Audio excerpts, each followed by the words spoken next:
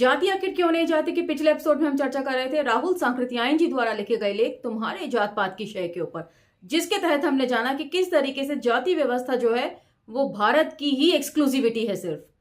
इसी कारण किसी विदेशी के लिए इसको समझ पाना करीब करीब नामुमकिन है।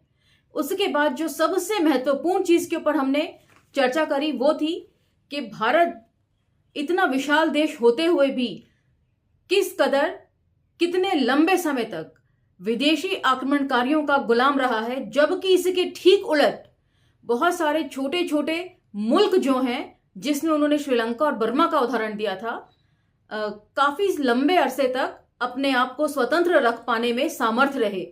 उसकी सबसे महत्वपूर्ण वजह उन देशों में जाति व्यवस्था का न होना था। तो यहां पर एक बात गौरतलब है, जो लोग हिंदू राष्ट्र चाहते हैं उनके लिए तो खास कर ये मंथन का विषय बनता है, और जो लोग इसके समर्थन में हैं वो खास तौर से इसे सुने। भारत यदि हिंदू राष्ट्र कल को बन भी जाए तो भी इसकी तरक्की करीब करीब नामुमकिन है, क्योंकि पहले भी ये जो आक्रमणकारियों का गुलाम रहा है वो अपनी जाति व्यवस्था के कारण रहा है। तो इसीलिए यदि जब तक जाति व्यवस्था खत्म नहीं हो जाती, भारत की तरक्की संभव ही नहीं है। फिर चाहे वो एक धर्मनिरपेक्ष राष्ट्र बने, चाहे हिंदू राष्ट्र ही क्यों ना बने। तो अब हम चर्चा को यहां से आगे लेकर चलेंगे। चलिए मेरे साथ। जय भीम, मैं शालिनी और आप देख रहे हैं अंबेडकरनामा। चर्चा में आगे है, संसार की रविश हमें बतला रही है कि हम अधिक दिनों तक इस जातीय भेदभाव को कायम नहीं रख सकते। लेख तकरीबन 1940 के दशक के आसपास लिखा गया है, यानी कि आज से तकरीबन 8 दशक पहले। और उस वक्त राहुल सांकृत्यायन जी के सामने जो परिस्थितियां थी उसी के हिसाब से उन्होंने इस बात को कहा है। उन्हें नहीं मालूम होगा कि आज जो है दोबारा देश कई दशक पीछे ले जाया जा रहा है। दुनिया की चाल को देखकर अब हिंदुस्तान के अछूत अछूत रहने को तैयार नहीं, अर्जल विद इन ब्रैकेट निम्न जाति, अर्जल रहने को तैयार नहीं। अछूत और अर्जन रखकर सिर्फ अपने साथ अपमानपूर्ण बर्ताव ही नहीं किया जाता है, बल्कि आर्थिक स्वतंत्रता से भी उन्हें वंचित किया जाता है। फिर वे कब समाज में सहस्त्राब्दियों से पहले निर्धारित किए स्थान पर रहना पसंद करेंगे? और आजादी के दीवाने तो इस प्रथा के विरुद्ध जिहाद छेड़ चुके हैं। जिहाद जैसा शब्द जो है आजकल न्यूज चैनल के जरिए खासा पॉपुलर हो चुका है, और तकरीबन 80 दशक पहले राहुल सांकृत्यायन जी ने इसे अपने लेख में इस्तेमाल किया है। वैसे राहुल सांकृत्यायन जी के लेख के अलावा मैंने कहीं किसी अन्य लेख में इस शब्दावली को नहीं सुना है। वे इनके लिए सब तरह की कुर्बानियां करने को तैयार हैं। उनके लिए राजनीतिक युद्ध से ये सामाजिक युद्ध कम महत्व नहीं रखता। वे जानते हैं कि जब तक जातियों की खाइयां बंद न की जाएंगी तब तक जातीय एकता की ठोस नींव नहीं रखी जा सकती। वे जानते हैं कि इस बात में मजहब उनका सबसे बड़ा बाधक है, लेकिन वे मजहब की परवाह कब करने वाले हैं? वे जात पात के साथ हिंदू धर्म को एक ही डंडे से मारकर समुद्र में डुबोएंगे। तो यहां पर उन्होंने 2 कारण प्रस्तुत किए हैं, एक तो मजहबी टकराहट और दूसरी जातीय टकराहट। देखने में जात पात की इमारत मजबूत मालूम होती है, लेकिन इससे यह ना समझना चाहिए कि उसकी नींव पर करारी चोट नहीं लग रही है। जातीय भेद के 2 रूप हैं, एक रोटी में छूत छात, दूसरे बेटी में असहयोग, जिसे हम रोटी बेटी के संबंध के हिसाब से जानते हैं। रोटी में छूत छात की बात उन्हीं धनिकों ने सबसे पहले तोड़नी शुरू की, जो अपने स्वार्थ को अक्षुण्ण रखने के लिए जातीय संगठनों और जातीय एकताओं के सबसे बड़े पोषक थे। धन उनके पास था और विलायत जाने वाले जात से बहिष्कृत किए जाते थे।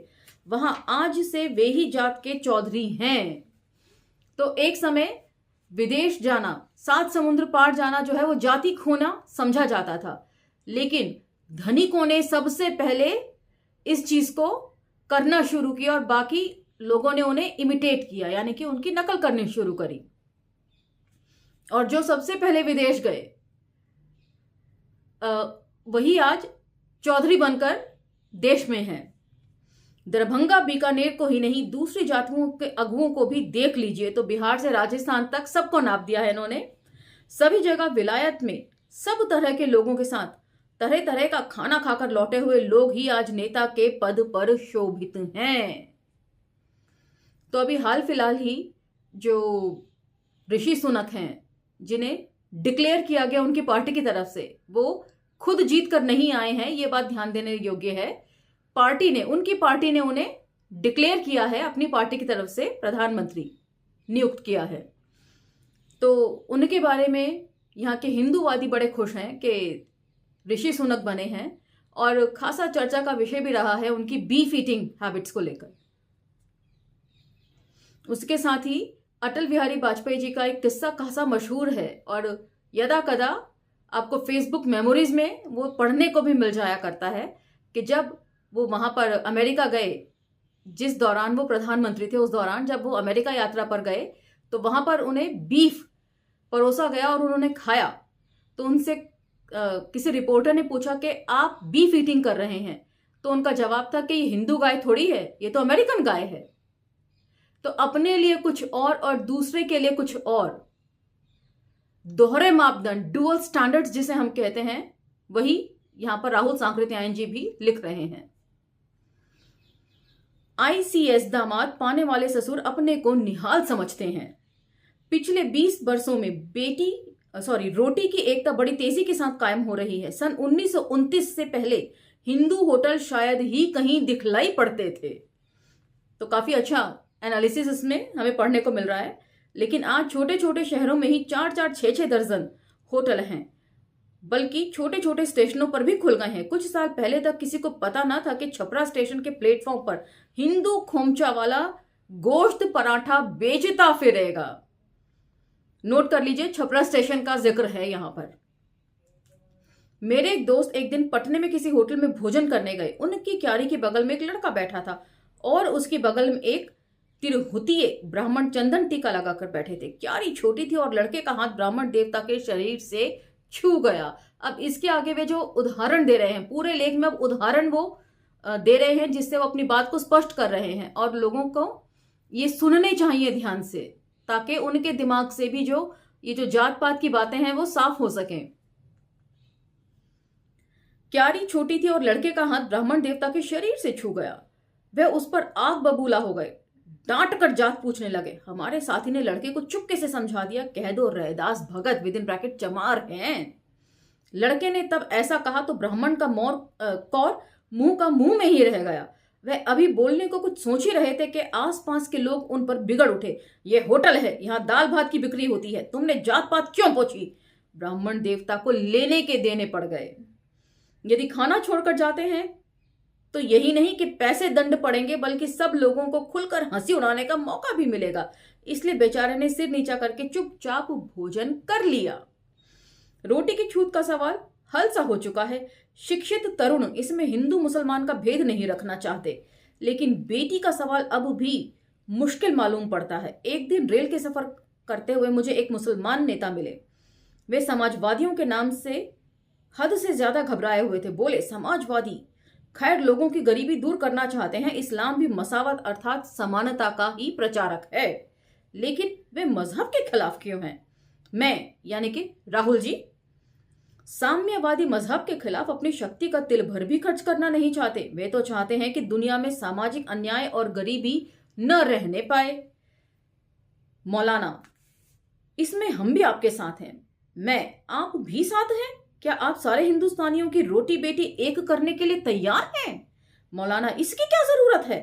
मैं, क्योंकि गरीब जब तक आजादी हासिल नहीं कर सकते तब तक कि अपनी कमाई स्वयं खाने का हम हक नहीं पा सकते, जब तक कि वे एक होकर अपना खून चूसने वालों के, चाहे वे विदेशी हो या देशी, का मुकाबला करके उन्हें परास्त नहीं करते। तो यहां पर बहुत अच्छी बात वे कह रहे हैं कि ऐसा नहीं है कि विदेशी आक्रमणकारियों ने ही यहाँ के गरीबों का खून चूसा है। यहाँ के अपने लोग भी जो ऊंचे ऊंचे पदों पर हमेशा से आसीन रहे हैं और आक्रमणकारियों के साथ साठगांठ करके ऊंचे पद उन्होंने पाए हैं, वे भी बराबर के शरीक रहे हैं यहाँ की गरीब जनता का खून चूसने में। मौलाना, रोटी तक तो हम आपके साथ हैं, लेकिन बेटी में नहीं। पास ही एक पंडित जी बैठे हुए थे जो बातचीत से वकील मालूम होते थे। वे झट से बोल उठे, आप लोग तो दूसरे मुल्कों के सांचे में हिंदुस्तान को बिठालना चाहते हैं। आप लोग ये सोचते हैं कि तकलीफ गवारा क्यों नहीं करते कि हिंदुस्तान धर्मपरायण मुल्क है, इसकी सभ्यता की संस्कृति निराली है। भारत यूरोप नहीं हो सकता। रोटी की तो बात खैर एक होती जा रही है, लेकिन बेटी एक होने की बात कहकर तो आप शेख चिल्ली को भी मात करते हैं। तो वकील थे तो इसलिए इस चीज की वकालत कर रहे हैं कि रोटी तक तो ठीक है, लेकिन बेटी के संबंध क्यों जरूरी हैं। मैं कुछ बरसों पहले रोटी की एकता भी शेख चिल्ली की ही बात थी। खैर, आज आप उसे तो कबूल करते हैं ना, बेटी की भी बात शेख चिल्ली की नहीं। 20 बरस पहले के चौके चूल्हे को देखकर किसको आशा थी कि हमें आज का दिन देखना पड़ेगा। हिंदू खुल्लम खुल्ला मुसलमान और ईसाई के साथ खाना खाते हैं, लेकिन बिरादरी की मजाल है कि उनसे नाता रिश्ता तोड़ें। तो ये उस समय का सामाजिक एनालिसिस वो यहाँ पर प्रस्तुत कर रहे हैं कि किस तरीके से धीरे धीरे बदलाव आने शुरू हो चुके थे। पहले जहां रोटी का संबंध भी किसी के साथ नहीं था, वहीं लोगों को एक साथ बैठकर रोटी खाने में अब हिचक नहीं होती थी और उन्हें जात निकाला भी नहीं दिया जाता था। इस बात का जिक्र यहां पर खास तौर से है। हिंदू मुसलमान की शादियां होनी शुरू हो गई हैं। पंडित जवाहरलाल नेहरू की भतीजी ने मुसलमान से शादी की और बिना कलमा पढ़े। आसफ अली की बीवी अरुणा ने इस्लाम धर्म को स्वीकार नहीं किया। प्रोफेसर हुमायूं कबीर ने भी इसी तरह की शादी बंगाल में की है। ऐसी मिसालें दर्जनों मिलेंगी जिनमें हिंदू युवतियों ने बिना मजहब बदले शादियां की हैं। हिंदू नवयुवक भी धर्म की जंजीर तोड़कर शादी करने लग गए हैं। गोरखपुर के श्री श्यामचरण शास्त्री ने बिना शुद्धि के मुसलमान लड़की से शादी की है। तो यहां पर वो कई तरह के उदाहरण दे रहे हैं। हालांकि उदाहरण जो हैं वो संभ्रांत लोगों के ही हैं सारे, लेकिन फिर भी आम जनता भी जो है वो इन्हीं को इमिटेट करती है, इन्हीं की नकल उतारती है। तो इसलिए यदि ये लोग बदलाव चाहेंगे तो जरूर आ जाएंगे। गुजरात के एक संभ्रांत कुल के हिंदू युवक ने एक प्रतिष्ठित मुसलमान कुल की सुशिक्षित लड़की से शादी की है। यह निश्चित है कि दिन प्रतिदिन ऐसे ब्याहों की संख्या बढ़ती ही जाएगी। समाज के जबरदस्त बांध में जहां सुई भर का भी छेद हो गया, वहां फिर उसका कायम रहना मुश्किल है। कि धीरे धीरे लोगों के सोच में समझ में बदलाव आ ही रहे हैं। जात पात तोड़कर एक धर्म के भीतर शादियां तो और भी ज्यादा हैं, लेकिन हमारे देश का दुर्भाग्य है कि जिस काम को अवश्य करना चाहिए उसे भी लोग बहुत धीमी चाल से करना चाहते हैं। ठोस जातीय एकता हमारे लिए सबसे आवश्यक चीज है और वह मजहबों और जातों की चार दीवारी को ढहाकर ही कायम की जा सकती है। हमारी रविश जिस बात को अवश्यंभावी बतला रही है, जिसे किए बिना हमारे लिए कोई दूसरा रास्ता नहीं है, उसके करने में इतनी ढिलाई दिखलाना क्या सरासर बेवकूफी नहीं है। हिंदुस्तानी जाति एक है। सारे हिंदुस्तानी, चाहे वो हिंदू हो, मुसलमान हो, बौद्ध हो, ईसाई हो, मजहब के मानने वाले हों या न मजहब के मानने वाले हों अर्थात नास्तिक हों, उनकी एक जाति है हिंदुस्तानी भारतीय। तो यहां पर उन्होंने हिंदुस्तानी के साथ साथ भारतीय शब्द का भी इस्तेमाल किया है, क्योंकि तब तक ये बात हो सकता है प्रचलन में आ गई हो कि यदि आजादी मिलेगी तो हिंदुस्तान का नाम जो है वो बदलकर भारत रख दिया जाएगा। तो ये इनके लेख में पहली बार इस चीज का जिक्र मैं सुन रही हूं। हिंदुस्तानी के साथ उन्होंने भारतीय शब्द का भी जिक्र किया हुआ है। और यहां पर एक बात मुझे थोड़ी और अजीब लगी कि वे जो है अलग अलग धर्मों को जात के तौर पर देख रहे हैं। उन्होंने धर्मों को भी जाति की तरह कैटेगराइज कर दिया है कि धर्म भी एक तरह की जाति है। हिंदुस्तान से बाहर यूरोप और अमेरिका में ही नहीं, पड़ोस के ईरान और अफगानिस्तान में भी हम इसी हिंदी नाम में पुकारे जाते हैं। हिंदू सभा वाले अपने भीतर की जातियों को तोड़ने के लिए चाहे उतना उत्साह न भी दिखलाते हों, लेकिन वे मौके बेमौके ये घोषणा जरूर कर देते हैं कि हिंदू जाति अलग है। मुस्लिम लीग ने तो बीड़ा उठाया है कि मुसलमानों को हमेशा के लिए अलग जाति में बना दिया जाए, यानी कि अलग मुल्क की मांग उठाई गई होगी भारत पाकिस्तान करके। वह तो बल्कि इसी विचार के अनुसार हिंदुस्तान को अलग हिस्सों में बांटना चाहती है। 9 करोड़ मुसलमानों ने 7 करोड़ तो सीधे ही वह खून अपने शरीर में रखते हैं जो कि हिंदुओं के बदन में है। तो यहां पर बात कर रहे हैं वे रक्त की शुद्धता जैसी कोई बात अब कायम नहीं रह गई है। और यहां पर अमूमन हमने पढ़ा कि जितने भी अभी तक हमने लेख पढ़े हैं वे सभी जो हैं जाति के विनाश के इर्द गिर्द घूमते हुए ही हमें लगे हैं। और बाकी 2 करोड़ में कितने हैं जो कलेजे पर हाथ रखकर कह सकते हैं कि उनमें चौथाई भी गैर हिंदुस्तानी खून है? जाति का निर्णय खून से होता है।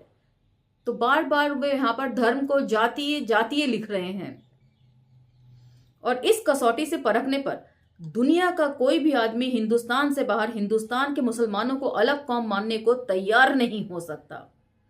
तो ये बात सही है कि आप जब विदेशों में जाते हैं तो आप एक भारतीय के तौर पर जाने जाते हैं, एक इंडियन जो है वही आपकी आइडेंटिटी रह जाती है। हिंदू मुसलमान तो उसके पीछे आता है। 3/4 अरबी शब्द बोलकर हिंदुस्तानी मुसलमान न अरब में जाकर हिंदी छोड़कर दूसरा कहला सकता है और न अरबी जबान को अपनी मातृभाषा ही बना सकता है। हमारे नौजवान इस बंटवारे को अधिक दिनों तक बर्दाश्त नहीं करेंगे। नई संतानों के लिए तो अच्छा होगा कि हिंदुओं की औलाद अपना नाम मुसलमानी रखें और मुसलमानों की औलाद अपना नाम हिंदू रखें। साथ ही मजहबों की जबरदस्त मुखालफत की जाए। तो यहां पर नामों का जिक्र है तो बता दूं कि बेटे का नाम ईशान इसीलिए सोच समझ कर रखा गया था कि ईशान हिंदू मुसलमान ईसाई हर एक में आपको ये ईशान नाम मिल जाएगा।